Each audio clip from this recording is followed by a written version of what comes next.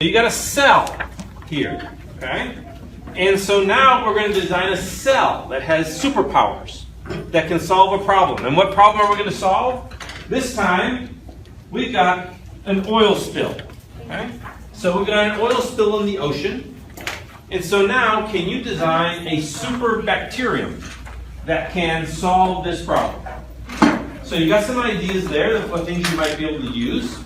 But be creative. Come up with other crazy ideas that might solve the problem. So design yourself a bacterium that can solve.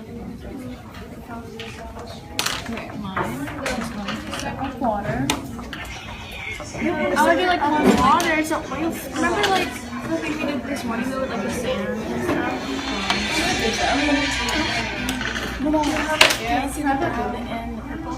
Yeah.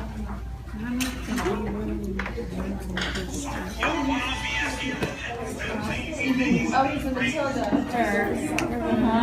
And then like it goes to levels. And by every level, like it's cleaner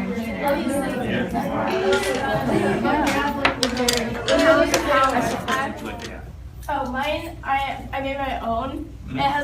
It has like a built-in water bladder, I guess is what you call it on fish, so it can skim the surface of the water to find the oil because they separate, so the oil's going to come to the surface. So you got to deal with that separation there, and well, that's a very creative idea. Yes.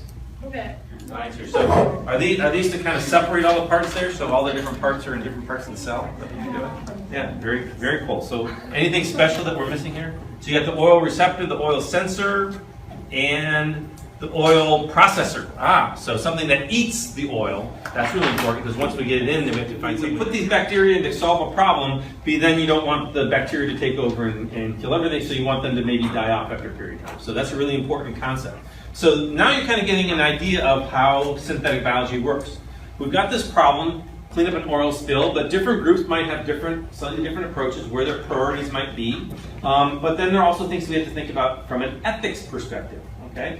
How ethical is it to put these organisms into the water and have them stay there forever? So we need to have some way for them to inactivate themselves. So they're not going to then go off and destroy things that we don't want them to destroy. So you have to think about all the different possible implications of the work that we do. So in the iGEM competition,